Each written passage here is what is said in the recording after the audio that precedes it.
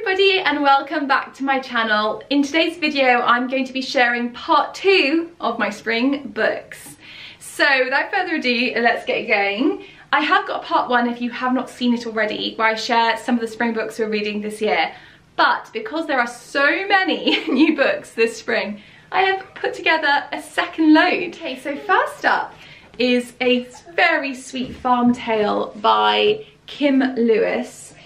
This is called Little Bar, and I really love Kim Lewis's farm stories. They're very gentle and great for preschoolers in particular. This one is all about Little Bar, a brand new lamb who actually gets lost and eventually he finds his mummy again.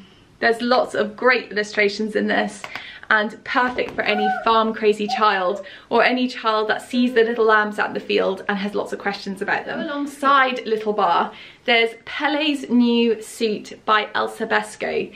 This is such a charming story for the slightly older toddler or young child, and it's about this little boy who shears a sheep and then he spins the wool and he gets a little suit made out of the new wool. It's really, really sweet, and I love the fact it goes into the whole lengthy process of how a sheep's wool goes from on its back to being made into something really beautiful and respected as well. So a gorgeous little story.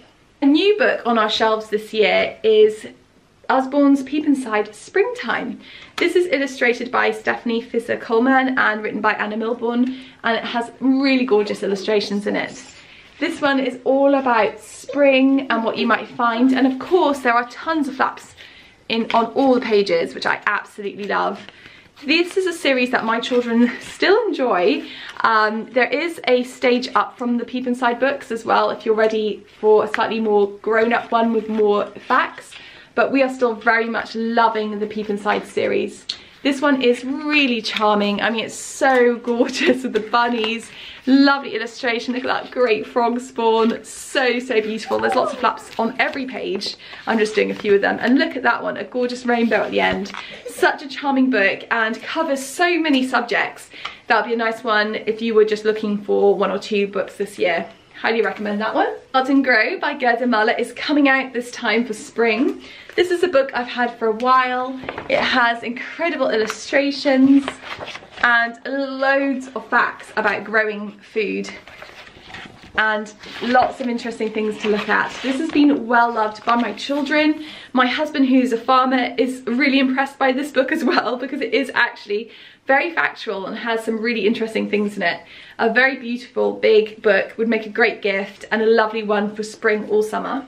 As we are now in full-on sowing season here at the farm, I thought this book, Sam Plants a Sunflower, looked perfect. This is by Katy Perry and Axel Scheffler, and it is a story about Sam and his giant sunflowers, and lift the exciting flaps and open big pop-up surprises and learn about how sunflowers grow with worm and ladybird. So on each page there are some flaps to open and there's lots of interesting facts, great illustrations, and there's also some information on how to grow your own seeds at the back. Do some of the flaps for you. There we go. I haven't read this yet, but it looks really good. I'm a massive fan of these My First Discoveries books. They're so interesting for children, and every time I've invested in one of these, they've become real favourites of my kids. They have these acetate pages that you can turn and learn as you go. So you can see how they kind of like layer on top of each other. This really reminds me of art school, where we always printed things on acetate in fashion design. And it's just really fantastic. And this one obviously really does go into how eggs are laid and everything and what's inside them. Here's a nice example. So children can really get their questions answered with these little books. Really wonderful. And obviously the egg one is a great one for this time of year. We are going to be learning about snails this spring, and I've wanted this book by Ruth Brown for ages, and I finally decided to go and get it. This one is all about snails, unsurprisingly, but it was really the illustrations in this that I thought were so amazing. and really just puts you in this world of what it must be like to be a snail. So this is going to be great fun to read for the boys. Lovely slimy trail. A very beautiful book, and I'm glad we've added this to our collection. See, as a gardener and a herbalist myself, we do a lot of growing here on the farm. So we were actually sent this book by Walker Books called Growing Green, a first book of gardening. And it is very sweet and charmingly illustrated. I think it's got 15 different projects in it. And they're sort of illustrated step by step, as well as obviously written instructions as well. And there's things like grow dwarf French beans, grow your own carrots, sweet corn, how to grow big pumpkins, grow your avocado pits, celery bottoms, radishes, making cress heads, tin can herb garden. So lots of really lovely things to grow, and this is going to be a great companion for my children as they watch me grow things. They can also have this book and have their own little garden. So I think this is gorgeous, and I just love the illustrations in it as well. Next up is And Then It's Spring, written by Giulia Fogliano and illustrated by Erin Easted. I had this last year, and it's a very beautiful book, all about a little boy impatiently waiting for his garden to grow and for the first signs of spring. It's Busy Spring, Nature Wakes Up by Sean Taylor and Alec Morris. This book is about a family, again, waiting for spring, and then going out and doing lots of gardening, exploring their garden together, seeing the flowers, the bees, the frogs spawn in the pond, the birds' nests, learning about worms, butterflies, and then at the back there is a whole section on what is spring. It talks about some of the plants, the animals you might find, and how plants and animals need each other to grow. This is a really beautiful book. There's also a winter version of this which I haven't got yet, which I can't believe I didn't get it last winter. But it is very, very beautiful and a lovely one to add to your collection. So if you don't have this, definitely try and go get this one, or try and get it from the library, because it is really gorgeous. And I think it's great that it covers so many of the sort of themes of spring in one book. Another series that I am a huge fan of is these adorable Fletcher books. This is by Julia Rawlinson and Tiffany Beek, and this is the Fletcher and the Springtime Blossom. And a lot of these books tend to be very seasonal, and they're sort of written around seasonal themes. And obviously this one's all about Fletcher and Blossom. And just look at that cute little hedgehog. I just think the illustrations are so stunning in this. The stories are always incredibly gentle and sweet, and like all his little animal friends, and they obviously explore a sort of natural theme as well around in the story. Such a great series. There are 4, I think on the back it says there's 4 different seasons books, but I think actually they've written more in this series as well. Really lovely. If you don't have these, you absolutely have to. They're so good. I just love Fletcher. I think he's so cute. A couple of very sweet books from Florist Books, who I love, is Daisy and the Hungry Duck and Hannah on the Farm. I really like exploring the theme of farms at this time of year. Obviously there's baby animals, there's seed sowing, there's new life, and it's so obvious on a farm in particular. So these books I thought would be lovely additions to our shelves. This one is all about Hannah the hen looking for a place to lay her eggs, and you can just see how very gentle and sweet the illustrations are, very Waldorfy and just lovely. And we have this one, which is Daisy looking for food and then getting lost, but it is nice because it has little ducks in it, which I think again is quite spring-like. A fun little frog. Really sweet book. So 2 nice ones to check out if you are interested in getting some board books for your collection. Another nice sort of farmy themed book is This Little Chick by John Lawrence. This has got the most incredible illustrations in it, which is why I bought it, but it actually has a lovely story with lots of animal noises, so perfect for young children. Look at that, so beautiful. Very artistic and very engaging. Gorgeous frogs. So lovely one that we still really enjoy reading, but I think anything that has animal sounds in it is so fun for younger children learning to talk. But still my 3-year-old and 6-year-old still adore this. New book for our shelves this year is My Baba's Garden by Jordan Scott and Sydney Smith. On the back it says, "My Baba lives in a chicken coop beside a motorway, behind a sulphur mill shaped like an Egyptian pyramid, bright yellow like a sun that never goes to sleep." And I just thought this was really beautiful, and I just wanted to so badly read this to my boys. I'm going to show you some of the illustrations in it. It just has this like amazing, like dreamy like quality, and it explores this relationship with this boy and his grandmother and growing things together. I just thought it was really gorgeous. I'll do more of a deep dive of this over on my Instagram, so go check that out, but I'm really excited to have this in our shelves this year. Next up is Eddie's Garden and How to Make Things Grow by Sarah Garland. I really like this series with Eddie. I think there's 2 or 3 books in the series.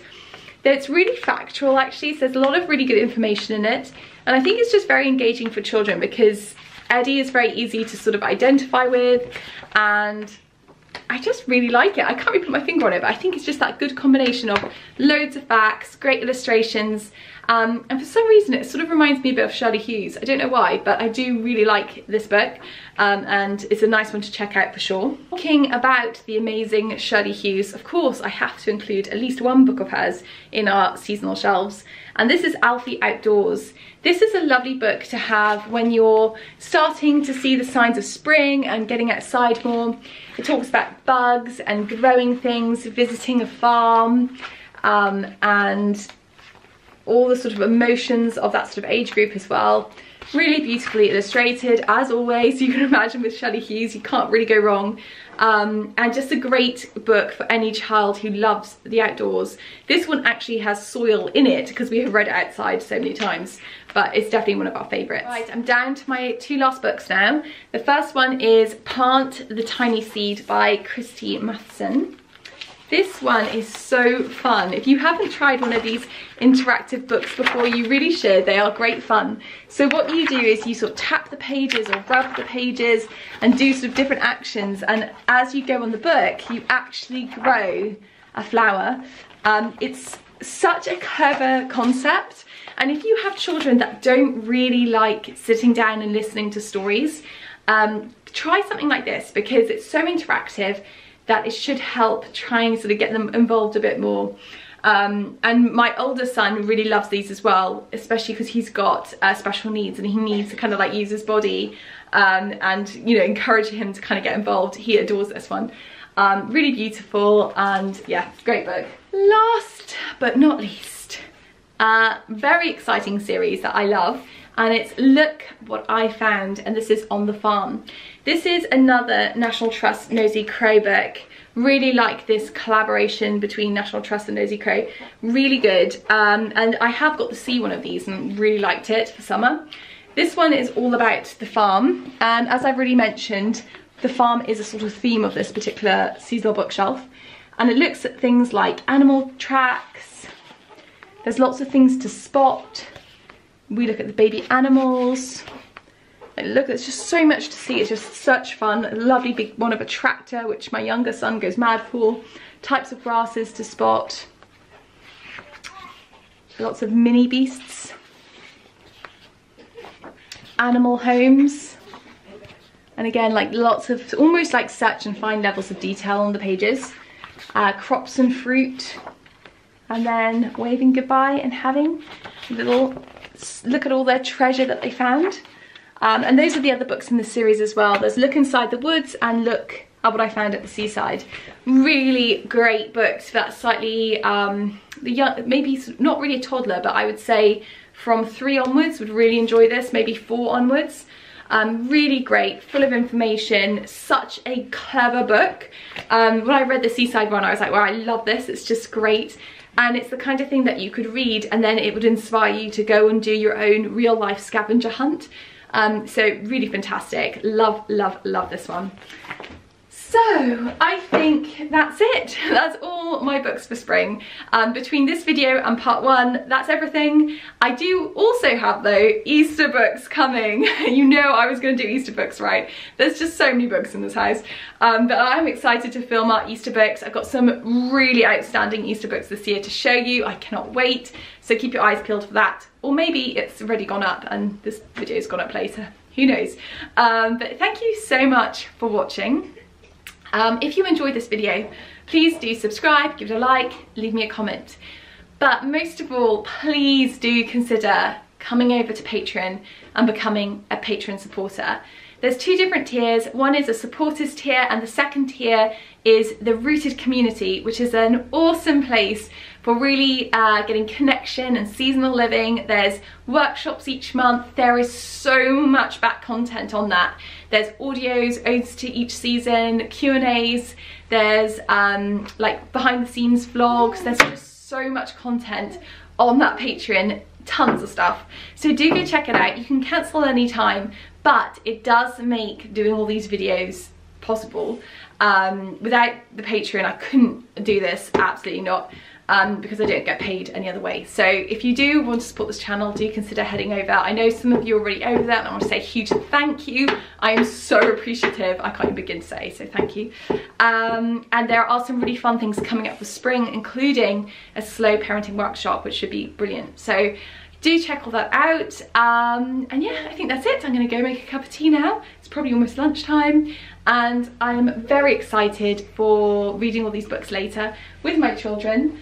It's such a joy, it's such a great way of really welcoming in a new season and also re-inspiring yourself with reading with your kids. I mean, life is really busy, and even though this is something I really do value in my life, quite often I will reach for my Yoto player and like put in the story and I forget, oh, I won't read to my kids tonight. But by doing this, it re-inspires me to keep up with plenty of story reading with my children, which is obviously hugely important to their emotional well-being, but also their mental development as well, and just also giving them gorgeous, beautiful illustrations and stories to inspire them. So I hope this inspires you and your family too. And yeah, I hope you enjoyed it and I hope you found some new books to go and check out, either from your local bookseller or from the library. Thanks so much guys, and I'll see you soon in a new video. Bye!